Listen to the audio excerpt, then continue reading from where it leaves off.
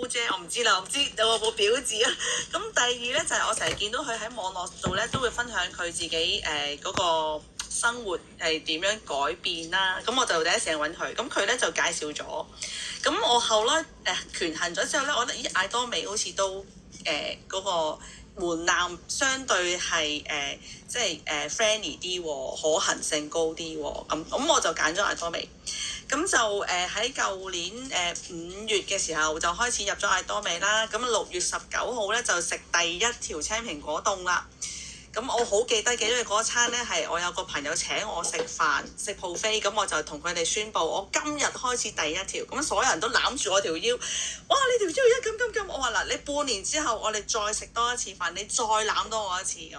咁其實真係呢個過程，佢哋個個都見到我係瘦咗嘅。咁跟住咧，咁我哋講翻即係點解會升，即係決定喺2026年1月呢一個嘅升級禮度即係進行。其實咧都有唔少掙扎位嘅，因為我同老公咧嗰個 account 咧，其實喺升級之前12月尾1月頭咧係150萬分到嘅啫。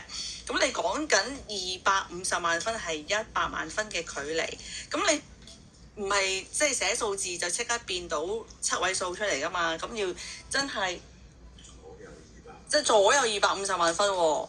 咁所以咧，其實嗰個可能性係好似零。不過我哋喺傾談，我同我老公喺屋企開會嘅時候咧，就諗起我哋買咗一部水機。